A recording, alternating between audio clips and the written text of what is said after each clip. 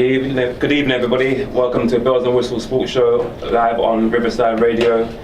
I'm the host for the evening, Jermaine. And we got Elijah as well. And we got Master Knowledge himself, Spencer Fearon, in the building. How you doing, man? You good? Thanks for joining us, Spence. Nah, man. Thanks for inviting me down. It's nice, man.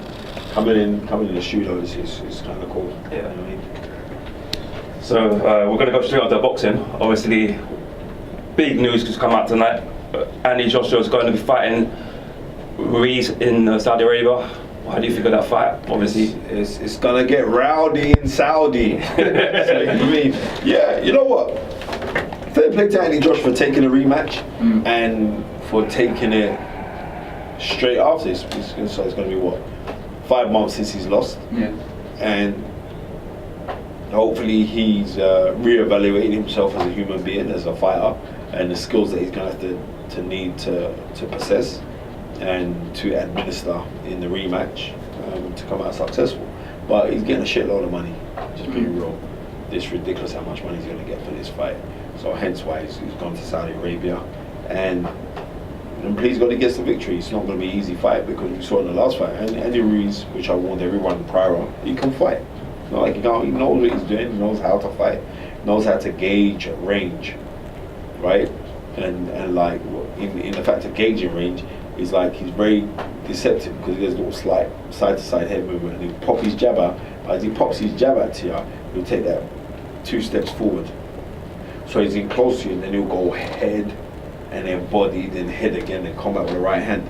And this one makes him, he's a very, very crafty, stylistically sound fighter. And I don't think Anthony Joshua within 6 months can make the major improvements to be better than he was the night before on the, was it the 1st or the 3rd of June? Right. Yeah. Right. For him, yeah. I don't think he can make the correct adjustments to be better than what he was.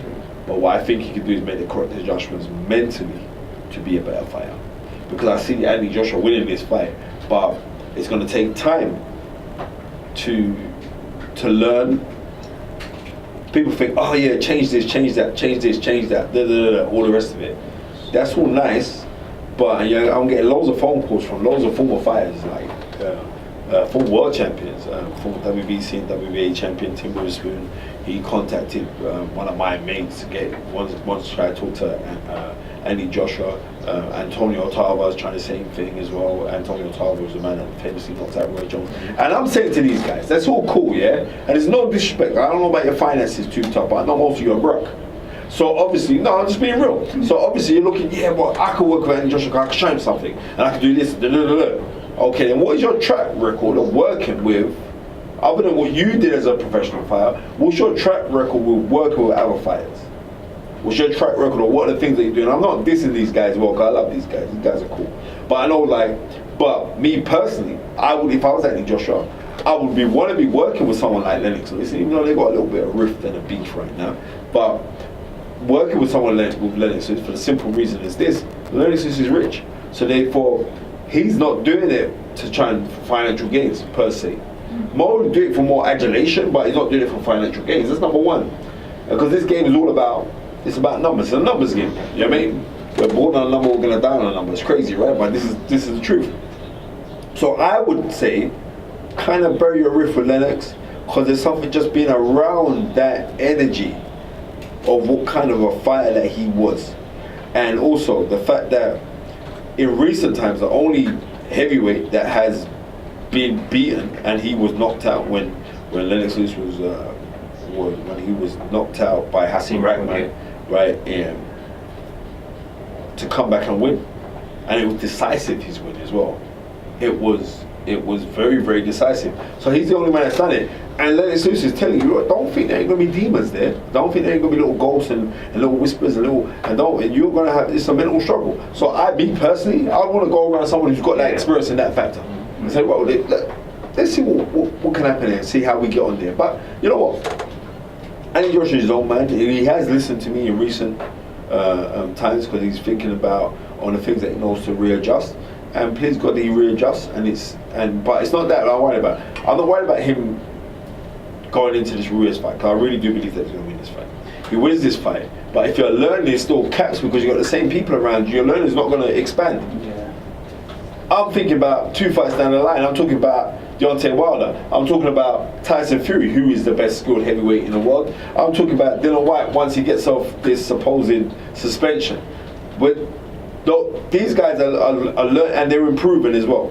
You know what I mean? If I look on all the top heavyweights right now, Fury, Wilder, Dillian Whyte, those guys, and you watch these guys are improving. Every fight they're improving. Thank you. Every fight they're improving. With Anthony Joshua, what I've seen from the Klitschko fight, right, is he's seemingly being more reserved in his fighting. Like he's kind of thinking like, right, you know what? Decent, I'm getting 15 more this fight. Let me just stay on my jab and play it safe. So he's not taking a risk. The old Anthony Joshua used to be a risk taker. You say, right, okay then, watch this then. Come, let's go slug it out and throw fists at you. This Anthony Joshua now has become more business-like. So what Anthony Joshua needs to do on a certain things is to revert back to being more killer instinct and playing caution to the wind. Like, to hell with this, I'm frying my fist, bro. That's what he's going to have to go do. And I'd like to see, if I see that, then he's going to be all right. But I think he's going to win the fight. Do you think now that he's a challenger, he's gonna throw more risks by going forward? Obviously, he's gonna have to. But even in saying this, like, he don't necessarily have to go out and try and knock out Ruiz. You know, he could actually box and win in a boring. A bit like the Joseph Parker fight. Well, the thing about the Joseph Parker fight, I didn't think the Joseph Parker fight was that boring because I saw in that fight. Joseph Parker hurt Anthony Joshua quite a few times. Round 6 of Joseph Parker, I was ringside for that fight. He throws a left hook downstairs and a straight right hand to the solar plexus, and it hurt Anthony Joshua. But your eyes have to be trained to see that hurt. Everyone else, I remember like going back to Sky commentary, they didn't even watch that part. They was like, oh, you know what I mean? And I think sometimes that's wrong because I think sometimes you need to take that criticism. You need to hear a man say, right, you got to thump in your chest that and it hurt, you know? Right, you need to hear that. But you say, right, you know it actually did, but you know it's never going to happen again. But when you paper over the cracks, you paper over the cracks, they're going to come on show. You know what I mean? I was like, right, well, I've got damp in my yard because we papered over the cracks, that's why. So, you know what I mean? Sometimes we need to be honest and address certain things. And I think the nicest thing is this.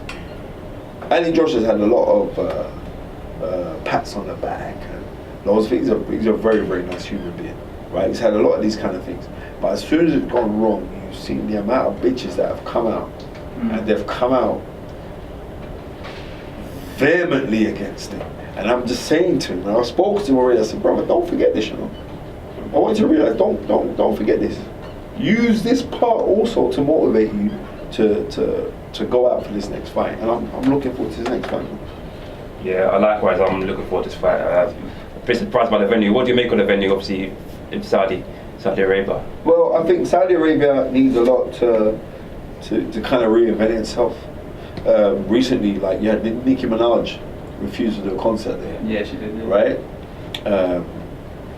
For support the LBD, whatever it's called. I can't pronounce it. LBD, what's it called? LGBT. Yeah, that's a bit too long for me, right? It's a bit too long with me, right? Right, for people who prefer to be different, right? So, Saudi Arabia needs to do a lot. Look at this, as I'm talking to you, look who's holding off. Oh wow. Oh wow. Right. Do we say who's calling this? Do you want to say? Yeah, you can say it with me. Wow, the former undisputed world heavyweight champion, Lenox Lewis. What are you saying, Len? What's happening? Nah, man, we're just talking about, I'm just on Bells and Whistle radio show, and we're just talking about the fight, and I'm just saying, Anthony Joshua needs to talk to you because you're the only man in recent time that has lost the heavyweight crown by stoppage and come back and won a heavyweight and won back your title in emphatic style, and you knew how to overcome the demons of the opponent and the fight itself. Yeah, I mean that's very true because there's a lot of things that a lot of people don't understand, and you know he did touch on it, and that's the pressure of performing, and that's the pressure of what went wrong, can I fix it, and what to go forward doing, because there's going to be a lot of people talking to in his ear And at one time he was listening to a lot of people. You know, the main person is promoter, and now he's doing things on his own where he wants to make his own opinion. But the problem being, who do you trust? There's so many people that want to help, but who do you trust? The people around you said don't trust anybody. Now, when you need help and you want to, and you're searching for that help, you don't know who to turn to because there's so many people telling you different things. So, yeah, you're correct in that one. I definitely know what to do in these situations. I've done it twice, and I know how to do it. I've got the recipe. Right. So, just for instance, like in an ideal world, say Anthony Joshua was to phone you now and say, Len, the past is the past, and could you help me? Would you help him? Yeah, I mean, we would have to speak, and I would have to hear from him what he wants to do, what he wants to accomplish, and see if I can help him in that. Right. So, what do you think that he'd have to? What do you think he'd have to do in this fight to win? Well, okay, so for me, Anthony Joshua didn't look 100% coming in. People, everybody can look at him and see his last 5 fights, how he came into the ring. This one, it didn't look like he was as focused as he should be. And now it's time to really focus and focus on what you need to go into the ring and do, and that's to win. If it's getting the belts back, that's what you're gonna have to do. It's hard to win the belts, but even harder to keep them. Now it's really another step because you have to basically go and get them back from a man that this is his lifelong dream to become heavyweight champion of the world. Now you have to get it back from a man that beat you. So it's just a lot of different pressures and different focuses he needs to really to focus on. Do you think it will matter that he's fighting in Saudi Arabia? All I have to say to that is, don't follow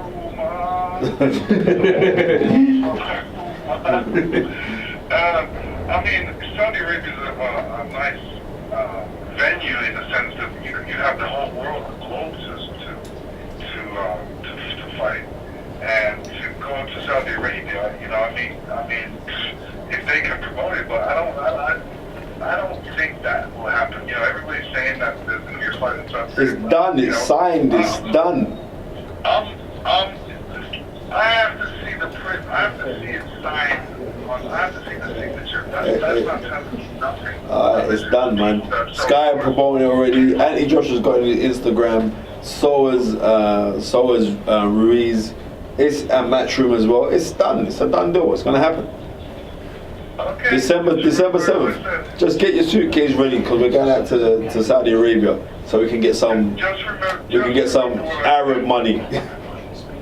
I'm a person that don't follow hype, Yeah, all right. and this sounds like hype to me. Okay. You have to remember, where Anthony Joshua does his best fighting is in England. Yep. And for to have a promotion somewhere across the world you've never been before, I think it's a recipe for disasters.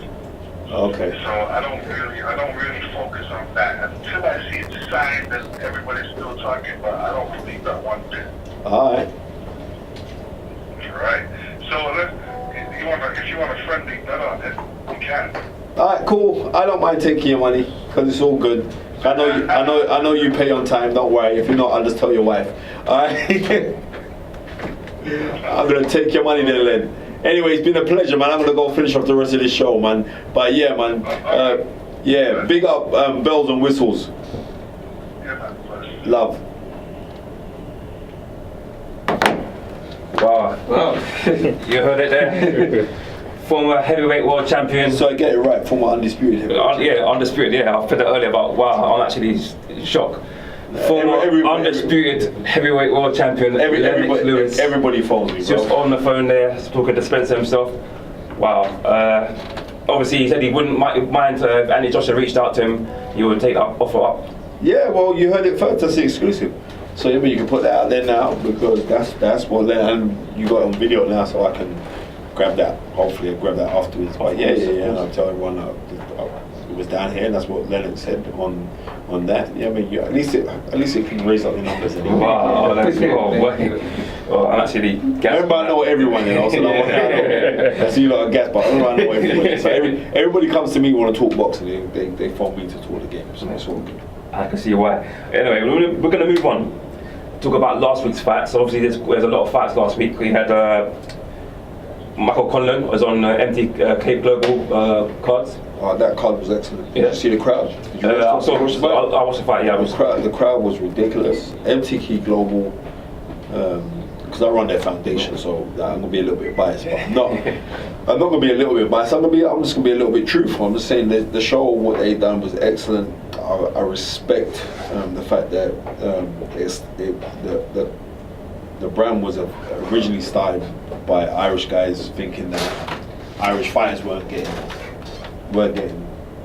correctly looked after, and just to see how they've just ran waves and reverberations around it. It's now being run now by Bob Yolden and Sandra Vaughan, who are absolutely lovely people, man.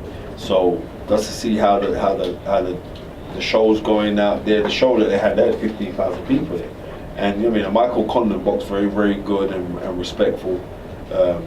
He's coming very strong underneath at the booth. He's training up. So yeah, man, a lot of props. I enjoyed that. I enjoyed how he boxed. I mean, I like Michael. I mean, I know his brother quite well as well. So he's good people, man. Yeah, he's got a great career ahead of him, definitely. Also, I want to talk about moving on as well. You had Adam Cognac beat Chris Aurora, a heavyweight fight. That was the most combined punches thrown in a fight in years now, since the Combox record now. What do you think of the Combox record originally was held from 1997 when David Tua and Ike Iyabuchi fought each other. They fought a wicked fight. And I think their record was, I think it was 1,800 and something punches, right? But they surpassed that. But both of those guys, Iyabuchi and Tua went on to fight Lenox Lewis for the World Heavyweight Championship, and Lenox soundly outpointed him. I think that's a fight that Andy Joshua should watch that fight. Knowing how to do a short man, how to negate your jab, how to throw your jab, not throw your jab at desperation. Your jab doesn't have to be always solidly hard. Sometimes you use it in a feeling way to flick out so you can counter with a right hand, come up with left hook. But David Tua and Ike Iyabuchi would both batter Chris Arreola and was it Kanaki? Kanaki. They're both, seriously, no disrespect to either of them guys. You know what I mean? At a time when David Tua and Ike Iyabuchi both fought each other, they're both unbeaten fighters. And nobody didn't really know nothing of Iyabuchi. They didn't really know Ike Iyabuchi that well. Unfortunately, he ended up going in jail a few fights after that. But that guy could fight. Trust me, that guy would give it. It's a shame that we mentioned that, but I was like, how you done with Lenox, they knock him out, but that would have been an easy fight. That guy could really fight. Go on YouTube and go check out this guy, Ike Iyabuchi. They call him the president. He suffered from mental health issues as well, but the guy could really, really fight. And him and David Tua, and he had a wicked chin. They stood toe to toe and just went blazing. So that was a better fight. But the Kanaki fight and Arreola fight was a good fight. It was an entertaining fight, but it was nowhere in that league. But fair play to both guys, because they left it all on the line in the fight. They went hell for leather. And there's a lot of talk about, Kanaki's going to be ready to fight Deontay Wilder. No way. No way. No, forget that one. Deontay Wilder was doing bad. Yeah. Seriously, Deontay Wilder is like he's got some voodoo on his hand or something. I don't know what he's got on his hand, but he's got something on his hand, boy. Some different kind of juju power that he's got. Do you think that would be a more brutal knockout than what he done to Arthur Spilker? Yeah, of course it would be. Yeah. Because you think the Spilker knockout was vicious, because he threw that right hand and that, it was vicious. But you know what? The way Derek Chisora knocked out Spilker, that was a bad boy knockout as well. Yeah. But it wasn't that. The way he knocked out Dominic Brazil. Yeah. Seriously, when he clapped Dominic Brazil, it was like it was a Scud missile hitting a building.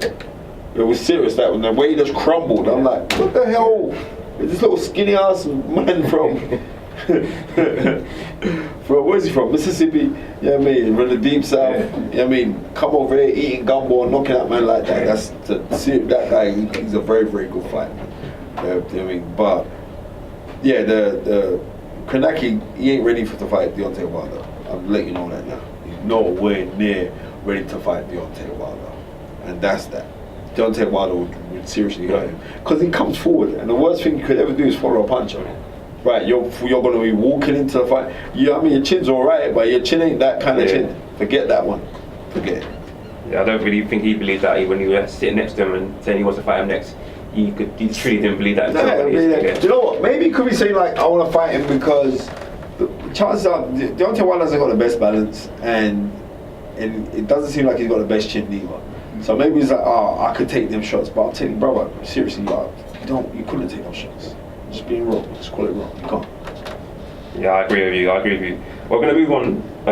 Obviously, last week as well, we had a JD Next Gen at, I think that was in Liverpool, right? Yeah, that was in Liverpool. So we had Lewis Ritson fight on that card. Robbie Davis Jr., they both won their fights, and then they both called each other out after that fight. Do you think that fight should happen this year? Well, you think about it. Robbie Davis Jr. is British and European champion, right? I think he's doing the British, I'm not sure. But why shouldn't it happen? Lewis Ritson, this thing, I like Lewis Ritson, good fighter. Yeah. When he's a lightweight, very, very good fighter. But the thing about it is this, when they started to call him like the baby Golovkin or all that foolishness, and people, but listen, before he lost, they were going with that hype on him. And I'm trying to say, and you're rolling with it, or what do they call him? Where is he from? Newcastle, Golovkin and all that kind of foolishness. Newcastle. Right. They don't realise that you're putting pressure on a young man, who started off, who was fighting on ticket deal shows, started off really low down the line and started to win and got progression. Right, and then all of a sudden you're hoisted into this kind of different kind of spotlight. And you're getting gassed because a couple of times he come into the Sky Studios with me, sitting down, doing toe to toe with me and stuff, and I get to see those kids, and he's a really nice kid. But I'm saying, bro, you're just putting too much pressure on these kids, and that's because the promoters, they're looking for a next pay-per-view stuff. So we're gonna promote you up, we're gonna big you up and blah, and all the rest of it. Eddie Hearn's very, very good at building commodities. Because you want to do that, you want to earn as much as possible, so you can't knock Eddie Hearn. He's doing what he's meant to be doing. So you can't say, well, it's Eddie Hearn's fault. It's not Eddie Hearn's fault. Eddie Hearn, furthermore, should be commended for doing a great job for taking mediocre talent and selling it like it's something really special. Yeah, it's true. I agree with you. Right? But I'm going to tell you, when the time's going to come when I'm going to see something really special, and I'll tell you about it. So let me be the barometer of who is really special, not a promoter who's telling you, because he has to do that. Bottom line. You know what I mean? Just like Bob Arum, and I like old Bob Arum, but Bob Arum came over when he was promoting the Crawford fight. Crawford, they said that Crawford was better than Sugar Ray Leonard. Wow. Right? And I'm saying, and I'm sat there, and I'm saying, you know what? It's because you're old, why not punch you in your mouth? And you know my people them, so I can't punch you in the mouth. But I'm saying, come on. But you gotta look on it on the real. Then Colin Hart, who's a boxing writer for The Sun, right? Legend Colin Hart. Colin Hart said to me, Spencer, he's meant to say that. That's why. And I'm saying it's for real. So sometimes you gotta detach the emotion from it. He's meant to say that this guy is the best thing since sliced bread because you are their promoter. And what does a promoter meant to do? A promoter is meant to promote. You got something, you're gonna big out. So, you know. I agree. I mean, when he said that, I was like, wow. I found that, I can't believe that, honestly. It was shocking, really. Of course it was disgraceful. Yeah. But you know what? It is what it is, man. And not only that, but a lot of the young kids out there would believe, Bob Arum said it, it must be true. Brother, come on now. You know what I mean? Come on, man. Those who know the game know the game. We're going to move on again. Obviously, last week as well, we had Tevin Farmer fighting and Gervonta Davis fighting last week. They both won convincingly. Fights, they're saying it's going to happen later on this year. It's not going to happen. No? You don't believe that? Just another hype? It's two different platforms, right? Unless DAZN, which have mad money, I just want you to realise that DAZN have ridiculous money, because Tevin Farmer is the most active world champion in the world today. He fights regular, right? Do I think Tevin Farmer could beat Gervonta Davis? No, I don't think he could beat him. Right? I think them tricks that he does in the Ally Perno Whittaker style can fool and trick a lot of these B-level fighters that he's going into. I think Gervonta Davis is an A-level fighter with a personal vendetta against him. But I do rate Tevin Farmer. He's a very, very nice guy, and I'm glad that he has got that deal because he weren't getting a look in, right? And he fought for world title, he got grotesquely bumped and covered. Yeah, that was a proper bumping as well, you know what I mean? That was a blatant bumping. That was like a man that's coming and snatching your food if you're shot in on the road. It was one of them ones, give me your stuff, man. You can't do nothing. The man don't even come out, the man don't even roll up with you with a gun. He just comes and give me your stuff and you can't even do nothing. Right, so he I rate Tevin Palmer. He's very talented, but I just think Gervonta Davis is a different kind of special. And we've forgotten about punching power, and that guy's got some serious punching power. So I'd have him stopping Farmer, and that's the truth. I've seen him beating up Farmer real bad. I echo those thoughts because I had a conversation with one of my friends today, and I said if they get in the ring together, I think that the power's too much. Bro. And he will get caught. Obviously, he's a good defensive fighter, but he will get caught by Davis. And if he does get caught, it's good night. He's a good defensive fighter. He doesn't pop that hard to keep him off. Yeah. And I think like Tank, as they call him, would just show him no respect. But for that fight to happen, the Zone would have to pay a lot of money. And plus, I mean, Gervonta Davis he's signed to the Mayweather's. Mayweather's got a link with Al Heyman. I can't see that happening. I can't see them saying, yeah, we're gonna make him go fight, unless it was with some ridiculous amount of money, right? And maybe you say, yeah, I'll go damn your food and come right back to where I'm coming back to, but we'll see. Okay, I want to talk about a few things with boxing. Obviously, Kovalev is fighting Anthony Yarde in Russia in about a week or 2 weeks away now. Yeah, it's 24th. Yeah. So, what do you think? It's a massive arts him going over there? No, it's not massive arts. Massive arts, anything. Listen, anything that the human mind can conceive, anything it can perceive, it can conceive. Babatunde Ajayi, his trainer, who will tell you, I got Tunde into boxing.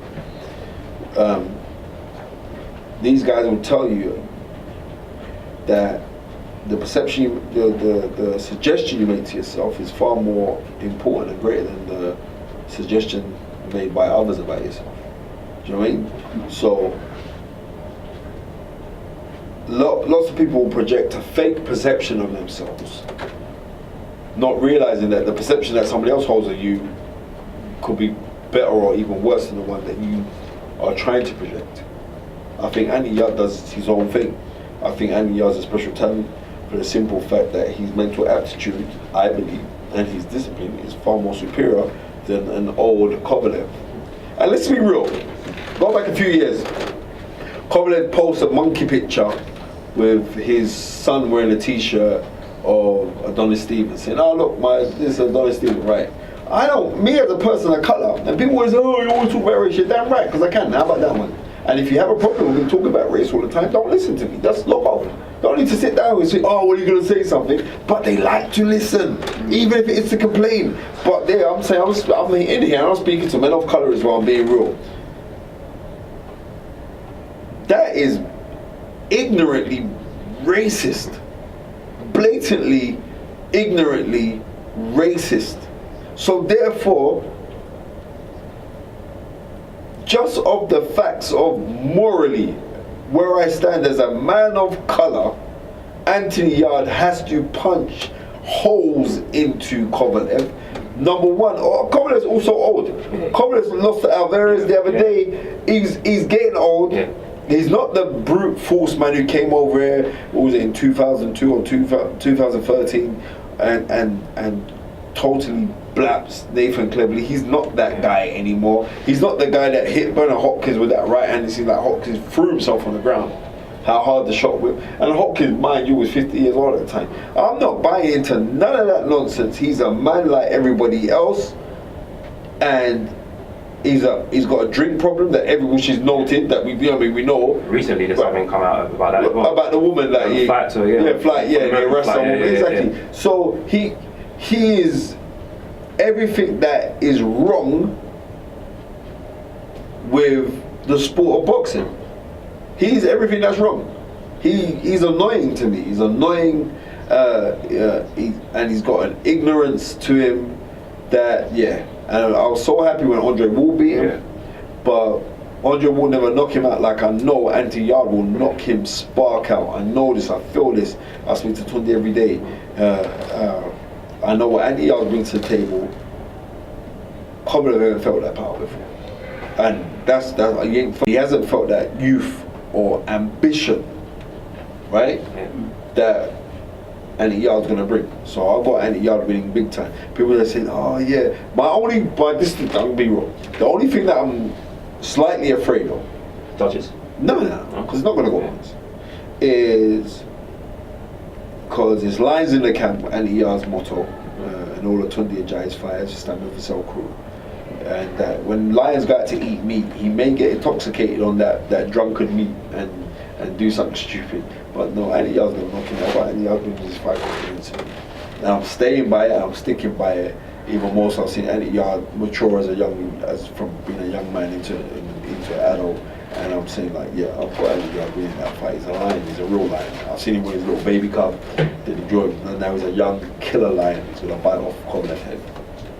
Yeah, I agree with you. I think he can go over there and win the belt. But obviously, they were going to say Kovalev is favourite because of his. Well, odds don't lie. The odds are very short now. If you go look at the odds right now, they're short. Yeah. Before, when it was first, everyone said, nah, he ain't going to take the fight, blah. But then all of a sudden, all those little naysayers, all those guys jumping up, who were slagging off Tundi on Twitter and all the rest of it. Renowned trainers as well, slagging them off. But yeah, you got to understand this thing here, you know? Careful what comes out your mouth, you know? We're all carbon based.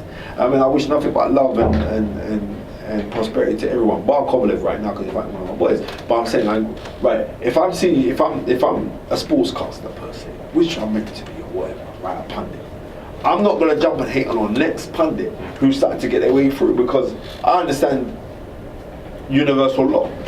But you get certain man who will see you start popping, I ain't gonna call no names, who will see you start popping but will wanna hate on your pop. I don't get that. But you're doing your thing. So the thing about it is this, if you are solely focused and you're solely focused and concentrating on the things that you're meant to be doing, you think you got time to watch anyone else. You know what I mean? I'm solely focused, right, you know what? I got 4 kids, mate. House, beautiful wife, car, I got paid for that shit. It's not free. Right? So my mind can't be on watching what someone else is doing.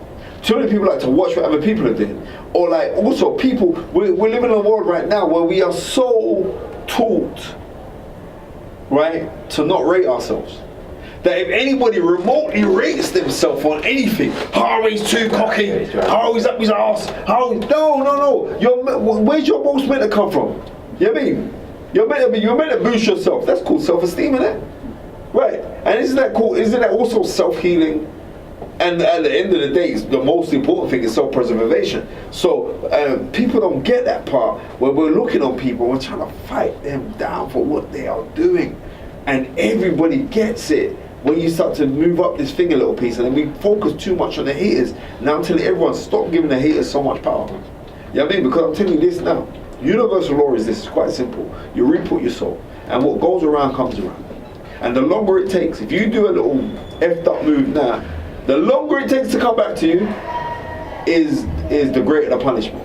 You do something really genuine from the heart, kind and charitable to someone, yeah? I guarantee you, the longer it takes to come back to you is the more it's going to build interest. One day you just wake up, and this happened, but you don't realize that you've been invested in this bank for a long time now, and now it's time for you to go cash it in. So I don't look on no one's demise. Anybody I see trying to think, I'm boosting them up. Anybody I see trying to do a thing, listen, brother. I get to fly around the whole world. I'm really grateful. I get to fly around the whole world. I earn thousands and thousands of pounds to talk. You young man then come send me a message on Insta and I'll say, right, I'm gonna come support you guys. And it isn't because of your skin tone or anything. I see young people trying to do something. I say, right, let me just come because right, I know everybody needs a leg up. Now look at the back of that. I come sit in your show now, and at the time I sat in your show, Cosmic Forces, Lenox Lewis just froze me. But now it's good, you got when you think now, so this is how this thing goes, each one teach one. And the more that you give out and the more the more gratitude that you express is the more abundance that you'll experience. So I show gratefulness. So I'm grateful to come down and do your thing. Because I say, right, well, I've done that. I've been in my house, playing with my kids, you know what I mean, beating on my son on Switch, right, or whatever. Right now it goes, right. So, but now, this is how this thing goes, man.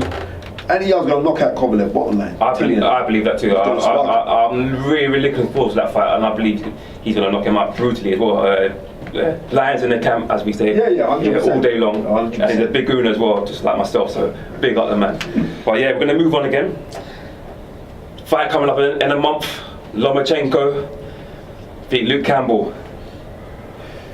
You know what, I'm saying people just get behind Luke Campbell.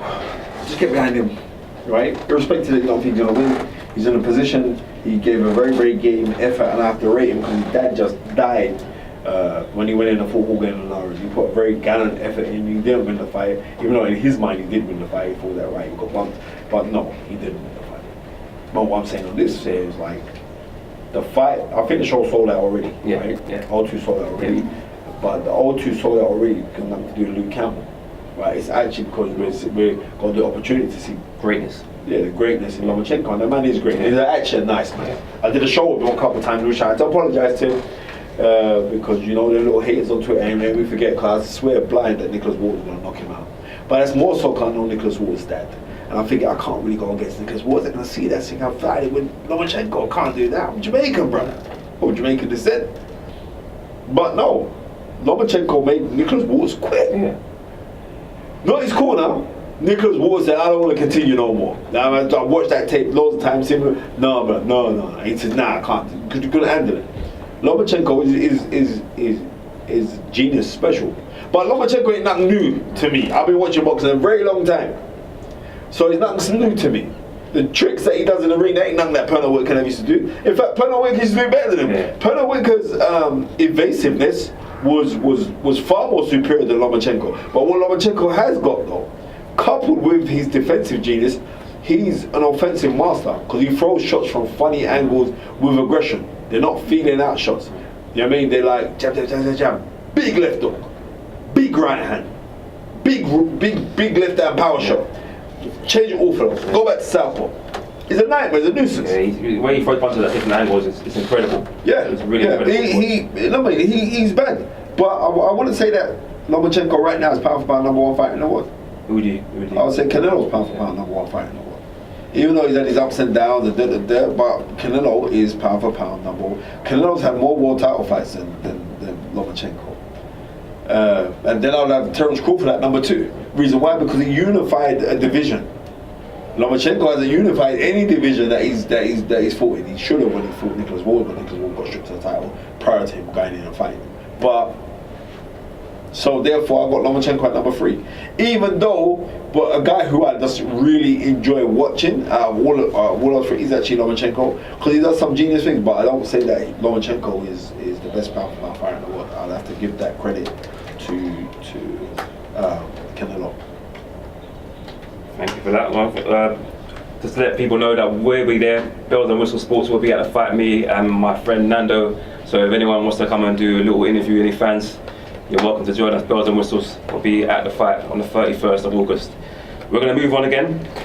As we're talking about your pound for pound best in the world, Canelo recently stripped of his IBF world title. What do you make of that? I don't make nothing of it. Listen, when titles are so fragmented and you got piece of a fragmented title, does that really mean anything? Not necessarily. The WBC has just made him WBC franchise champion. That means that, right, you know what? You're making so much, this is how it goes. You're making so much money that we can invent a title and give it to you. What? Yeah, because they're still going to get their 4% or whatever they charge for you being their champion. So, and remember, WBC originated in Mexico. So he's just carrying on that lineage. Well, we'll just make up something for you. They can go do it now because boxing is evolving and it's changing at a rapid rate. So, you know, I'm not looking nothing into him being stripped of the IBF title. All he's going to do is give Eddie Hearn some pull to try and navigate Danny Jacobs into fighting back for a world title. That's what I see. So you don't believe he'll be fighting Demetrius Andre? You know what? As much as I rate Dimitri Andre, I knew about Dimitri for a little while now, but he was down at Mayweather's camp sparring Sean Porter, and Sean Porter was getting ready to fight Devin Alexander, so he did southpaw sparring, and he did all right with Sean in the sparring. But even though at that time he was he was a light middleweight. He weren't even a WO champion yet, but you can see he had something about him. You know what I mean? He had something about him. I remember me actually Fearon was speaking about it. You know what I mean? Full world title challenger, British champion. In the gym, we saw him spar. He put some good work. He gave Sean Porter some good work. But Sean Porter is just vehemently tough, so he was just keep on marching forward. But no. Andrade is a very good fighter, but he hasn't been nowhere near the class of Canelo. And not only that, but I don't think Andrade would beat Danny Jacobs. And that's the rules. Andrade's had 2 fights back with his own. 2 fights. Right, 2 fights, and he hasn't impressed me in none of them, and that's the truth. Right. So let's give out was a bit. It was rubbish. Right, so exactly, that was rubbish. Right, I'm just being real. But I like him as a human being. I think he's and he's a good fighter. But I just think he's a very, very decorated amateur as well. And I think that expectations level on him is a bit too high. And right now, he want to count his lucky stars that he's with his own, because his own need to get as many fights as they can with belts, and he's got belts, so it's a round robin, so he can regurgitate it again. But I can't see him beating Canelo. I could see him giving a run because of his style, but Canelo fought every style, and I don't think Andrade does anything that Canelo hasn't seen before. Yeah, I believe that. I can't really see that fight happening. I think he's going to want a bigger fight and what's going to pay well as well, so I don't see Canelo taking that fight. We're going to move on one more time. Last week as well, you had John Pascal beating Marcus Brown to win the interim world title. What do you make of that fight? Lenox Lewis covered that fight, him and Deontay. Yeah, I watched that, yeah. You know what? Fair play to Pascal, because Pascal, I remember, was it 2008 when Pascal came over here and lost to Carl Froch on a split decision for the WBC Super Middleweight title. I rate Pascal. You know what I mean? He's a tough warlord, being around, right? But who was it? David Diamante, the guy with the ring announcer. Me and him were having a conversation. He's like, because he's a Brooklynite as well, so he was all about, Brown, and you know what I mean, Marcus Brown is the guy, and we knew that Marcus Brown was gonna go far as a pro, and we knew that he was gonna beat Badou Jack and all the rest of it. You watched the Badou Jack fight, and I ain't gonna lie, because I've been around Badou Jack a long time, and the sheer body mass of the guy, he's a big light heavyweight. He's a big light heavyweight. But Brown, and it's no, but he actually fought scared in that fight. You watch how he fought in that fight. You know what I mean? I know when someone really was up for it and wants it, and he was fighting scared, but he was getting successful fighting scared. So he said, right, this is actually working. I'm just gonna keep on circling, popping out my jab. You know when somebody is properly won it, and Pascal wanted it, so he was going with anything, head, elbows, everything, because he just wanted to win. And fair play to him for getting a win. It was a very, very good win for him. Yeah, I enjoyed that fight. I enjoyed the fight up until the clash of heads, which but regardless of the clash of heads, he dropped him twice. Yeah, twice in the 7th round and one in the 4th round. So, and all the times when he got dropped, you can see, like, when he got dropped, the first time he was probably shaky. The second time when he got dropped with the right hand, it was like he felt embarrassed that he got dropped, but his legs were still shaky.